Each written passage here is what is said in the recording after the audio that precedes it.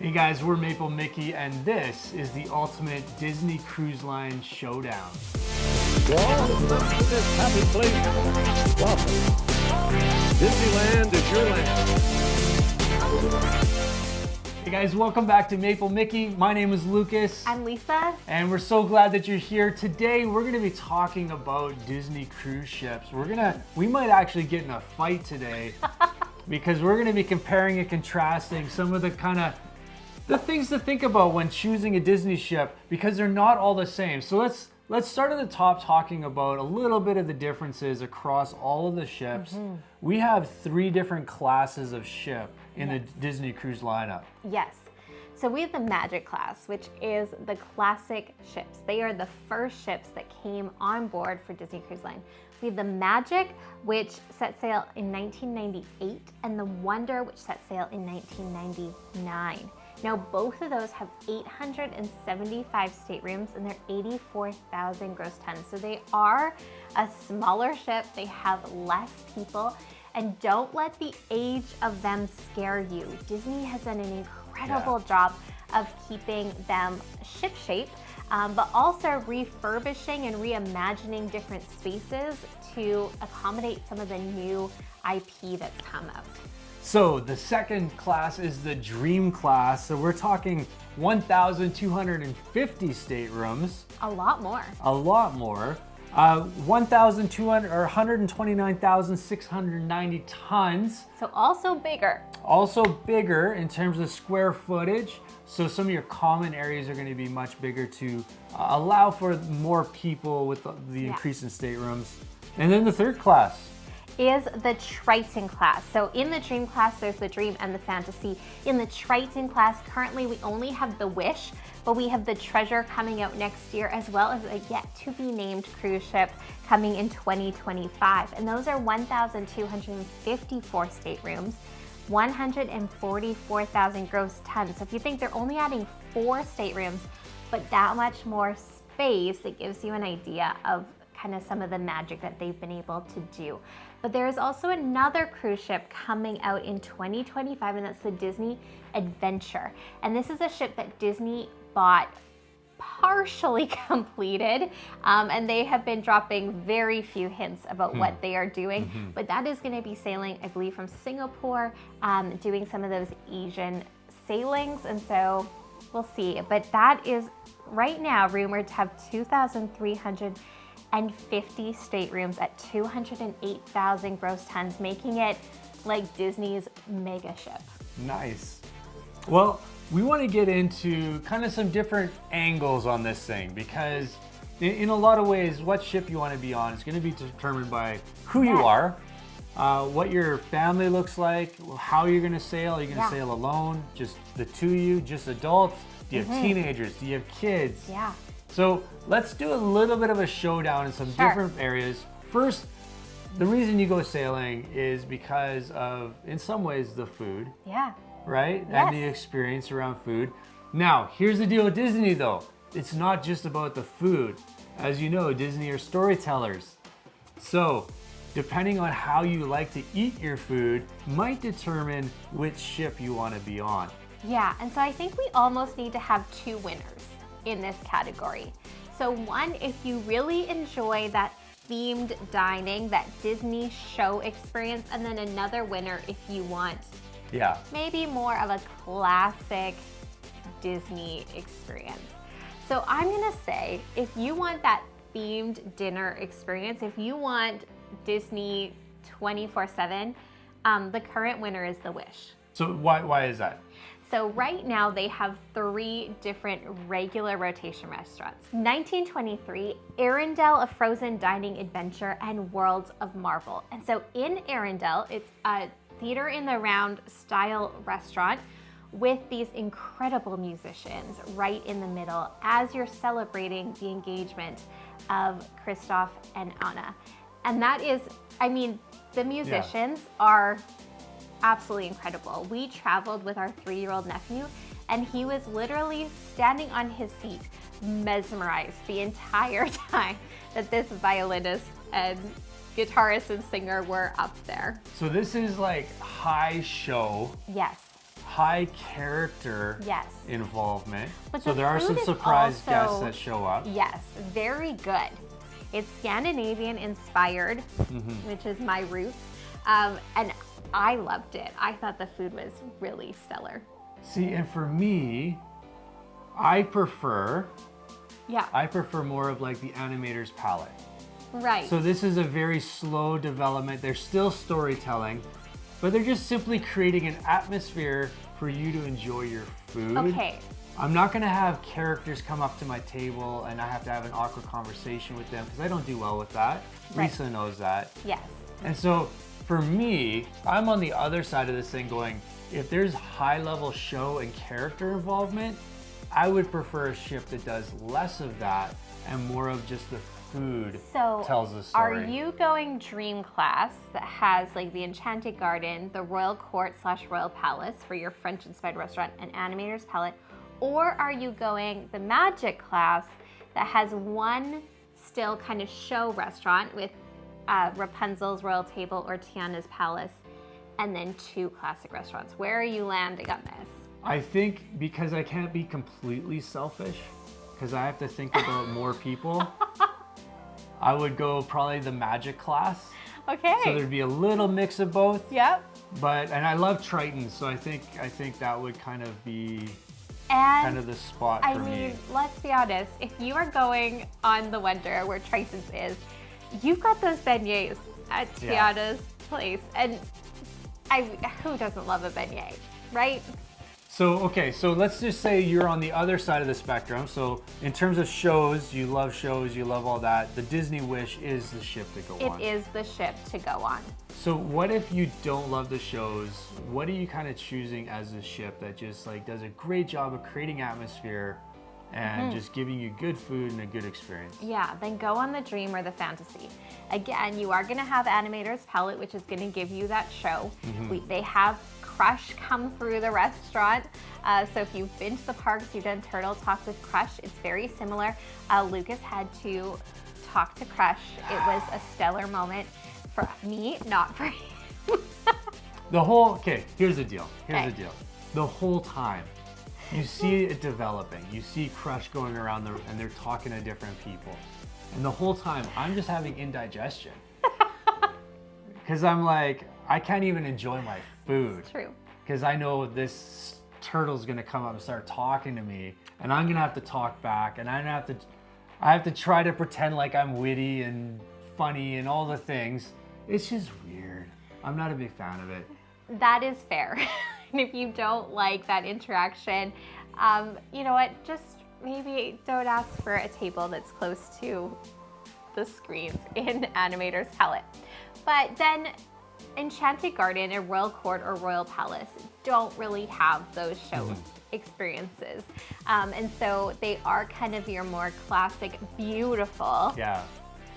And things happen in the restaurant, but it's not like a full in-your-face dining show. And so It's an environment. It's a development of environment as Yes. opposed to an actual. yes, like the sunsets. And so that might be, if you kind of just want a more subdued dining experience, the Dream or the Fantasy would probably be the ship for you. Nice. Okay, so with the food out of the way, let's talk shows. Because a show is different when you don't have to interact with the show. If you're just sitting in rows and watching a show on a stage, but Disney is so famous for their just over-the-top storytelling, Yes. almost Broadway-style shows. Yes. What are we looking at in terms of across the ships? What are they playing right now? Yeah. And what are kind of the fan favorites? Yeah, so a lot of the ships share shows. So you've got Aladdin showing on 2 ships, you have Frozen showing on 2 ships, Golden Mickey's, which is kind of a variety type show on 2, Disney Dreams and Disney Believe, which are both one-off shows, different plights of different people with characters coming in to help them on 2 ships. And then the Disney Wish is kind of the one that right now has the outliers. It has Seize the Adventure and it has the new Little Mermaid show, as well as Aladdin, which they share with the Disney Fantasy. And so if you're wanting something that you maybe haven't seen before, that might be the ship to go on. So that's the newest. That's the newest show. Now the Disney Treasure is also getting a brand new show with a Moana themed musical. So watch for that in 2024. But I will say for me, as cute as Seize the Adventure was, and as talented as the performers are, I just didn't really love the shows on the Disney Wish. I kind of could have taken them or left them. The one ship that I mean, everybody is talented, but the one that left me kind of breathless was on the Disney Magic. Was the Twice Charmed, the twisted Cinderella tale, and the Rapunzel musical. I thought they were both so well done. And now that I'm saying that out loud, those are two shows that you can't find on any other ship. And so there you go. They're unique and they are incredibly well done. So the Disney Wish is a part of that Dream class. The Disney Wish is part of the Triton class Okay, on its own. that's the bigger one. And the Magic is where those two shows are found, and they're on the classic ships, the smallest of Disney's fleet. Okay, so if you're going on a Disney cruise, now, no judgment. If you're just adults, we've gone just the two of us on a Disney cruise and had a great time. But most likely you either have kids or you have teenagers. So let's talk the clubs, and let's kind of maybe speak to those with kids. What are the differences among the clubs and the different classes? Yeah. And let's kind of pick a standout. Sure. So let me backtrack. The first four, the Magic class and the Dream class, are going to be very similar in terms of the structure of the club. The Triton class is completely separate, so we'll talk about that in a moment. All of the ships, all five, I'm assuming with the Treasure, they all have It's a Small World nursery. So if you have kids 0 to 2 or they're not quite potty trained yet and they're 3, they can go to the It's a Small World nursery. Of course, it's all based on the ride, It's a Small World, but it is an additional charge. So if you are bringing littles, just keep that in mind that you will have to pay an hourly fee for them to stay in the It's a Small World nursery. book it in advance. Yes. Yeah. Then once your child hits 3 and is potty trained, they can move up to the Oceaneer Club and the Oceaneer Lab. Now these are two very big, because Disney doesn't have a casino and use that space for kids clubs, very big, very separate spaces, but they're connected by a hallway that cannot be accessed except through those clubs. And so your child can go back and forth completely safely to each one, and on embarkation they will give them a band which will actually allow them to locate them no matter where they are in the club and lab. So if you go to the club side to pick them up and they're in the lab, they can pinpoint exactly where they are. So there's a lot of peace of mind even though they have free reign. Yeah. So the club is a little bit more imaginative play. The lab is a little bit more like STEM-based play. A little more hands-on. Yeah, so there's science experiments and cooking classes and different things that they're doing there. Learning to draw. Yeah. But they're gonna have a great time. I mean, Oceaneer Club and Oceaneer Lab, we could like spend hours talking about how much our kids have enjoyed their times in both. But if I had to pick a standout among them, I am picking the Disney Dream. And I'm picking the Disney Dream for one area and one area only, and that is that they get to fly the Millennium Falcon.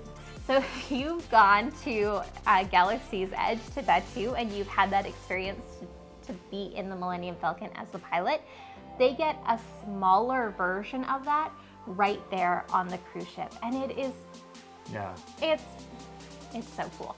Yeah, it's a cool environment, and it's a little bit bigger. Yeah. Because it is one of the bigger ships. Yes. And so you have a little more space for the kiddos. Remind me, is that the one with the slide? No, so that's the Wish. Okay. So maybe let's switch gears, because the Wish did their kids clubs completely different. They took away the club and lab and they just made one big area.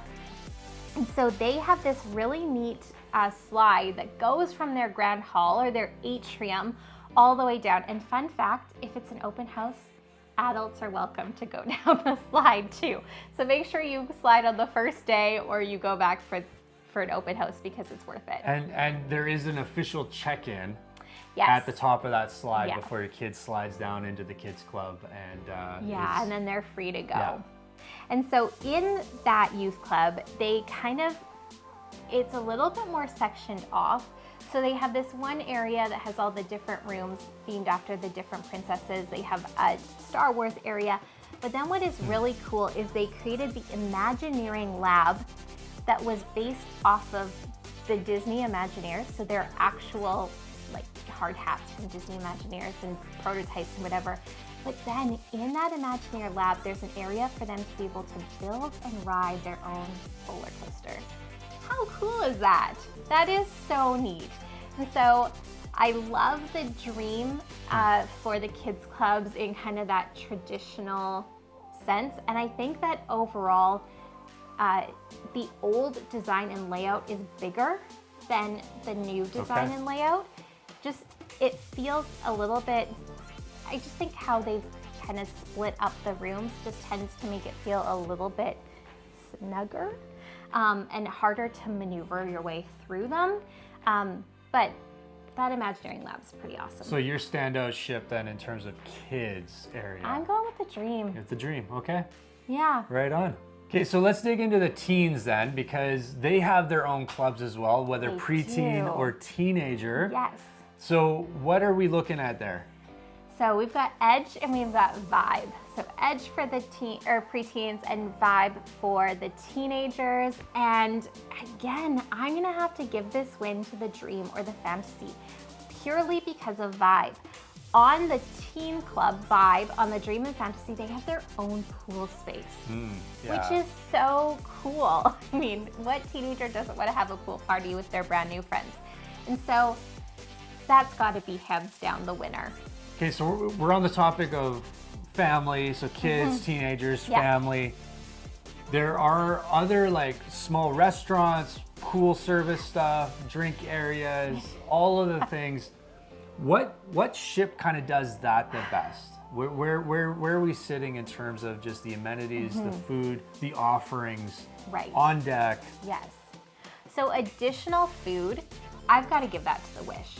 That new like pool deck food is incredible. We skipped actual restaurants to go get the food on the deck. Donald's Cantina and Mickey's Smokestack Barbecue. Mickey Smokestack Barbecue quickly became one of my favorite places to go. So good. Yeah. It was so good. But in terms of the other things, so Disney Wonder is the only ship without a water slide. And there was a lot of really big hype around the Aquamouse, and I just don't know that it lived up to it. I don't know that it's that much better than the Aqua Duck was on the Dream and the Fantasy. I think they're kind of equal for me. And so where the Wish actually loses points is that it doesn't have a hot tub for families. There is no place to warm up when you have a child with you. And I think that was just such a miss.